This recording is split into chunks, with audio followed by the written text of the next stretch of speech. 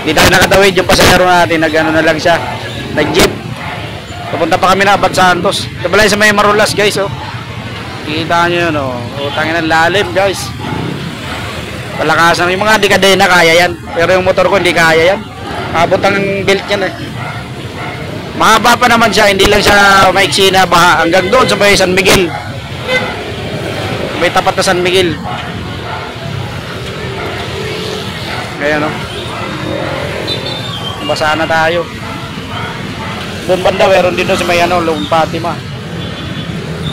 Palakasan nila ng lobo.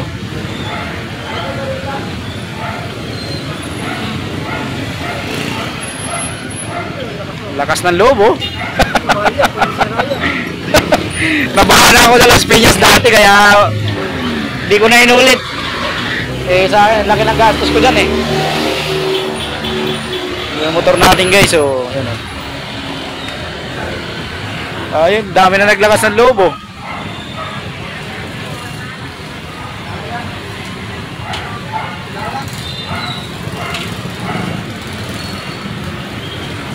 Mahaba siya, no?